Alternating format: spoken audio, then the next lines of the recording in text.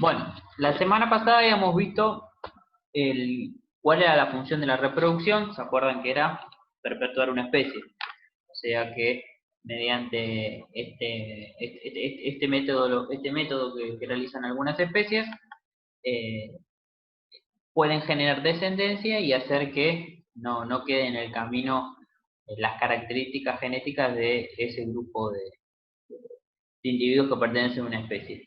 Habíamos visto que la reproducción sexual necesitaba dos progenitores y que esos dos progenitores generaban variabilidad genética, o sea que como tengo un papá con unas características y una mamá con unas características, el bebé que se geste, o los bebés que se gesten, van a tener una mezcla del ADN de los dos, por lo cual no van a ser idénticos entre los mismos bebés que pueden llegar a nacer, e inclusive no van a ser igual a alguno de sus padres. Entonces ahí tenemos una característica fundamental, que es que hay variabilidad, no somos todos fotocopias. Mismo si tomamos el ejemplo del curso, si tomamos primero o tercera como referencia, por más que seamos todos seres humanos, somos todos distintos, cada uno va a tener alguna característica eh, distinta al de su compañero, ¿sí? Ya sea interna o de algo externo, como puede ser un rasgo físico. Después teníamos la reproducción asexual, en donde con un solo individuo ya puedo generar otro. La contra que tiene la reproducción asexual es que no hay variabilidad genética, o sea, son todas copias idénticas a la del subprogenitor. Entonces, hay distintos tipos de reproducción asexual. Tenemos a la fisión o bipartición, que cuando un organismo directamente lo que hace es como que se parte a la mitad, ¿sí? Y a partirse a la mitad genera dos nuevos, ¿sí? O sea, hay un momento en el cual el ADN de este individuo se duplica, o sea, fabrica como dos fotocopias de ese ADN, que es donde está anotado qué características va a tener el animal, qué es lo que tiene que hacer. ¿Sí? Entonces, cuando duplica su ADN, comienza a hincharse hasta que después se invagina, se parte a la mitad y me termina generando los dos individuos nuevos.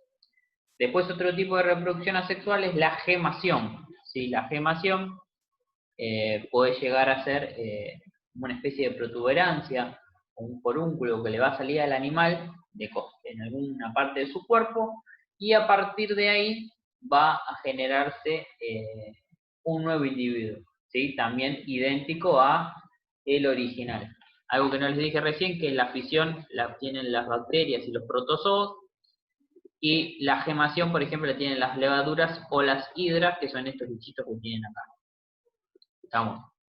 Una cosa, yo acá le estaba diciendo animal, pero no todos son animales, ¿sí? O sea, la bacteria es una célula y los protozoos son organismos pluricelulares. Ninguno de los dos son animales, ¿sí? Tengamos en cuenta eso. Error mío, mala mía. Las hidras sí, están dentro del grupo de animales, pero las levaduras no. Bien. Después tenemos otro tipo de reproducción asexual, que son las esporulación, ¿sí? Que son mediante esporas. ¿Sí? Las esporas serían las gametas sexuales que eliminan, en el caso de los hongos, algas o protozoos, liberan esas gametas sexuales, ¿sí? Y cuando encuentran un medio óptimo, se pegan ahí y ahí empiezan a germinar y desarrollar un hongo, alga o protozoo, de acuerdo a quién sea las esporas. Un ejemplo es cuando tenemos una fruta, y vieron que se pudre y se pone media blanca, con una especie de algodoncito que se le hace, por ejemplo, a una mandarina. Después de unos días, si dejamos esa que esté en contacto cerca de otras mandarinas, lo más probable es que se me terminen pudriendo y llenándose de moho las otras mandarinas. ¿Por qué hacen este método?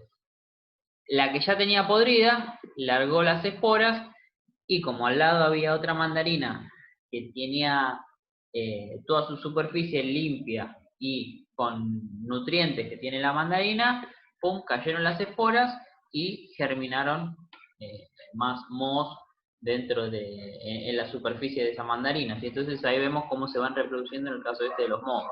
O lo mismo con el pan, si yo dejo el pan un par de días adentro de la bolsa o en una panera, va a pasar lo mismo, se va a ir poniendo negro de a poquito.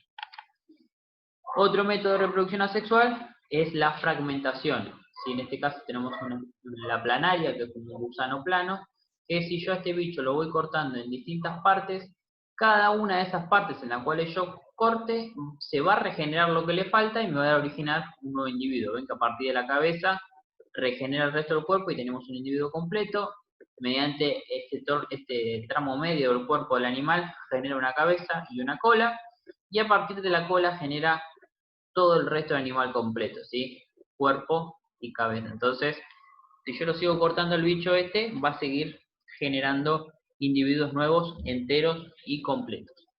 Y por último, la partenogénesis es cuando solo a partir de una gameta sexual, que en este caso es el óvulo, se origina un nuevo organismo sin la intervención de un espermatozoide, ¿sí? O sea, no hay fecundación. Solamente a partir del óvulo puede generarse el bebito. Las abejas son las que realizan esto. Vieron que las abejas que están en los panales, cada abeja tiene una función. Así como están las que salen en vuelos, otras son las trabajadoras. Tenemos una única que es la abeja reina. Esta abeja reina, mediante su óvulo, puede generar otra abeja reina o puede salir en un vuelo de reproducción y sí ahí tener una reproducción sexual y que sus óvulos sean fecundados. Pero ella sola puede, mediante su óvulo, generar una abeja reina descendiente, ¿sí? O sea, no necesita la intervención del macho. Entonces, estos básicamente son los tipos de reproducciones asexuales que hay, ¿sí? En este caso, tenemos que hay organismos simples, como puede ser una célula procariota, organismos más completos, como los protozoos, las levaduras y las hidras, que no dejan de ser organismos pluricelulares, o si no ya hongos que pertenecen a otro reino, y si no acá tenemos animales, ¿sí? Tanto la planaria como la abeja estarían dentro del grupo de, en este caso, de invertebrados. Bien, los organismos vertebrados tienen reproducción sexual, ¿sí? Para generar mayor variabilidad genética y por las características propias de ellos. Y los vegetales también tienen reproducción sexual. Bueno, entonces, este cuadrito lo que tienen que hacer es copiarlo en la carpeta, si quieren sin los dibujos.